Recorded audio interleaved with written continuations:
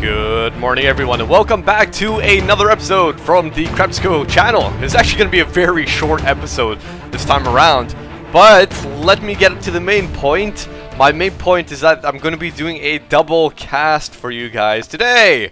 Right, so obviously, like I said in my a few previous casts about, the whole bowel cancer video things and, stuff like that. Basically, we're just at about 2,000 views on that bowel cancer video, and we are definitely in the lead. Okay, so as my appreciation, as I said, I was going to do a double cast for you guys today. And now, I'm going to actually do this in a different format, sort of.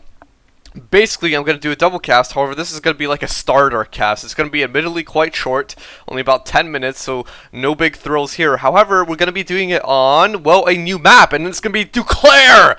Duclair as a new map. No, not the 2v2 Duclair, I mean the 1v1 Duclair.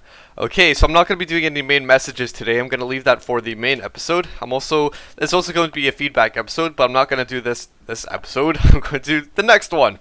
So, well, the second part of the one today. And I think I'm going to do both of these on Duclair. So, basically the one I'll have a little bit later is the one that is the main one and will be longer and is more intense. Okay, so just before we get started, we're looking at two players. One goes by the name of Chuck Norris PT as the PE, and his opponent is Siberian Platoon as the Americans. Now, I know who Siberian Platoon is, but not really much so Chuck Norris.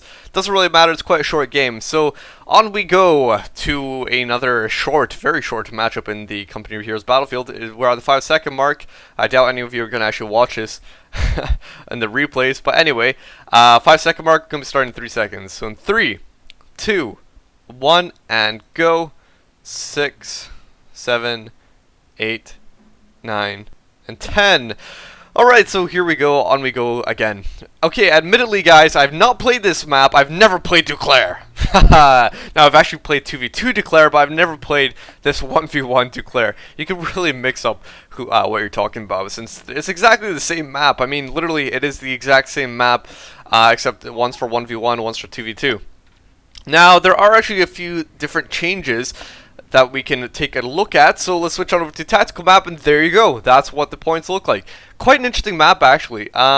It's quite a lot different from the 2v2 map. Well, there actually are quite a few similarities, such as the munitions on the middle and such like that, and the fuel points, and some of the VPs are just about the same, maybe skewed a little bit, not exactly the same. But anyway, basically this map is just a bit different, so we'll actually talk about it. It's sort of interesting because you can sort of consider it as everyone owns their own points. So if you look at the munitions in the middle, those are quite equal. Anyone can grab those. One's closer to each other's bases, so each person has their own. Also plus 16 fuel points, one that are each closer to everyone's base. And also you got the munitions points down below, which are, well, in the corners, so I suppose those are about equal. However, look at the cutoff point, the manpower points. One is closer to the PE, one is closer to the Americans. So basically everyone has actually their own points at the moment on this map. Everyone can just grab whatever they like, and it's basically their own. And so you can sort of consider this map like, in my opinion anyway, that you're fighting for their territory. You're fighting for your opponent's territory. You can always have yours, but you're always trying to fight for your opponents. Now, that's actually really interesting. Now, what some differences can we see in this map? Well, if we look around, this left side is exactly the same, however, it's just a bit cut off. Basically, there's no changes, it's just that the playable space was made smaller from the Duclair, the actual 2v2 Duclair map. But however, along the right hand side, that's where we see some changes. The town over here has been considerably shortened. It's only fits one base, and over onto the hill, it's completely changed as well. You can see that the hill where the corner is, it just goes directly onto just down below here. I believe the hill has actually slightly been cut off. Yeah, it has been cut off slightly. And there you go. So that's what it looks like. So the map is completely changed. I wouldn't say completely changed, but there's a lot of differences, key differences from the 2v2 map. Just basically everything is made smaller. Alright, so it looks like the Americans have gone out with 2 engineers and 2 riflemen, focusing on some action here. Chuck Norris apparently has gone for 3 squads of Panzer Grenadiers. Also has 2 Kettenkrads out, so pretty cool that he's doing that. Now, I don't really like what he's doing here with keeping this guy back so long, especially Gewehr 43. That is quite a valuable unit. You don't want to lose that on so early into the game. I mean, that is 50 munitions. Losing 50 munitions on such a valuable unit very early in the game, not really recommended. You wouldn't really say, that's a good idea. No, you wouldn't. So basically, the VPs looks like that 2 are in the hands of the Americans at the moment, and 1 is neutral. So 475 for the PE, just ticking away. But all in all, it looks like the PE are just trying to stick in the middle. Now, this is actually part of a tournament. I believe it was the WMD Sandland tournament that was going on a few months ago. So this is just one of these stray rounds. I was looking for a short replay for you guys, just to started before I get onto that actual main replay later on. 1 Kettenkrad going down, so the PE are taking quite a little bit of losses here. Siberian Platoon looks like it has a bit of an advantage in terms of killing. However, we've got the main cutoff point over here, cut off for the Americans. The Kettenkrad actually captured it. I suppose he was trying to capture it and just sacrifice himself doing so. So that is actually a very critical cutoff point, this one right here. So quickly seeing the tactical map, as you guys can see, it actually stretches right on over to that northern sector, and that literally cuts off the hill from everything else, from your actual territory, for the Americans anyway. So it looks like the Americans are trying to grab their the PE sectors, just the northern ones. Anyway, it looks like they have a good advantage up north because they've managed to chase away a Panzer Grenadier squad, and so on and so forth. Looks like it's Kettenkrad. I'm not exactly sure what he's doing now. He's actually moving. Okay, fair enough. That's what he's needing to do.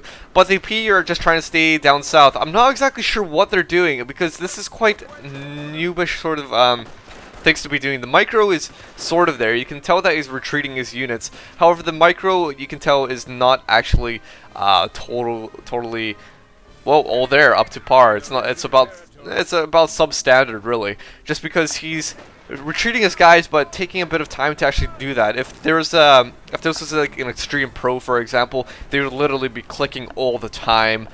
They would be flying across the map. They would be comparable to StarCraft sort of experts, you know, 11 clicks per second. Maybe not so much like that. Kind of an interesting point because in StarCraft, a lot of people talk about the clicks per second, so we'll say like 11 clicks per second some of these pros get. Company of Heroes is not really much so like that. Admittedly, some people that I've noticed, such as Aramon, for example, would actually literally fly through the menus, go from tactical map over to someone else, go quickly move some MG, set him up elsewhere, move some other guys, shift click in multiple places. It was kind of excessive in my opinion. I don't believe Company of Heroes is actually a game that is heavily dependent on clicks. Obviously clicks are important, however, being tactically wise and also moving your guys to the right locations, doing the right setup such as mines and so on and so forth is kind of very critical. I mean, you could click around so much, but if you don't have the basis for knowing how to put up a defensive line and how to counter your opponent, then it's not really going to be there for you. It looks like Siberian Platoon is closing in on the PE at the moment. They're trying to put down some mines just to solidify some defensive lines just in case they have to retreat. I mean, it looks like they're going to have to do that right now. And the PE are badly damaged at the moment. I'd like to see some defensive operations and the HQ to actually start healing up some of these Panzer Grenadiers, because the last thing you want is a 3-man Panzer Grenadier squad with hardly any health. That just means that their guys are going to die very fast, and they're going to have to retreat basically right away, because 3-man squads, as soon as they get down to 2 men, essentially 1 guy dying, that's when you got to start thinking about getting them out of there. So it looks like 1 mine going off. You could hear it in the distance, the armored car landing right on top of it, so very close to the other one. Where's the other one? That's just behind the tree. So I suppose it's okay, but this armored car is definitely what is needed for the PE at the moment to help turn things around. If you look at the tactical map, everything is pretty much in the hands of the Americans. So as I said, no cheap thrills here, guys. Just really very, very predictable, but what can you expect from something so short? So it looks like the PE are retreating, and the armored cars are what they need to get back in the fight. Over repair for some reason on this armored car. I believe it's actually a slight glitch. It's not actually supposed to be like an over repair, but apparently it might go over like 0.1 HP or something like that. So it's not an actual over repair. As you guys can see, like a single rifleman bullet taking it away from over repair lookingness, I suppose you could say. So armored car is out, and that means that the Panzer Jäger command is, well, done. and that is out. So he's going for an armored car strategy. He really needs to make the most of this, because if you think about it, he's got actually no fuel at the moment, except actually 1 point, +5, not really that much. He could do a bit better if he had this +16 fuel point connected up. Really could use that, and these armored cars are going to be vital to his success at the moment. He needs these armored cars to be doing something, because, well, he doesn't have much of a fuel income at the moment, and so if he doesn't have a fuel income, then, well, he has to rely on these armored cars, the armored cars that he has at the moment. So be a bit careful. Now, what a lot of people might do in this situation, they might upgrade to bars, or they might get sticky bombs, they might even get like AT gun, but instead what Siberian Platoon is opting out for a half track to counter all of this. Now, very good. Double use of the half track is not only can it replenish guys on the field, but the unique ability of the M3 half track is that it can also get, well, a quad on it. So a quad right on the top of it, and this becomes sort of like an anti-aircraft thing. Sort of funny that the Americans have anti-aircraft, but there are no aircraft in the game for the Axis, apart from the Henschel, of course. But that's the only reason that you would use it. So I suppose the only other great thing that the half-track can be used for is taking out infantry and also light armor, especially the glass cannons for the PE. And no, you can see this. You wouldn't really expect it, but the quad doing a lot of damage against the light armor of these half-tracks, of these armored cars, should I say. Half-tracks doing a tiny bit of damage, but not as fast as the half-tracks are doing to the armored cars. Now, obviously, the Axis half-tracks can, you know, they can get upgrades of their own. It's not really a quad, but they can get the flamethrowers, they can get Stukas. So each really unique in their own respect. So this is becoming very, very predictable now. I mean, you can just look at the VPs ticking down, and you can also see how much of an advantage the Americans have at the moment. So the PE, I'm not even sure what they're doing. They're trying to get AT grenades.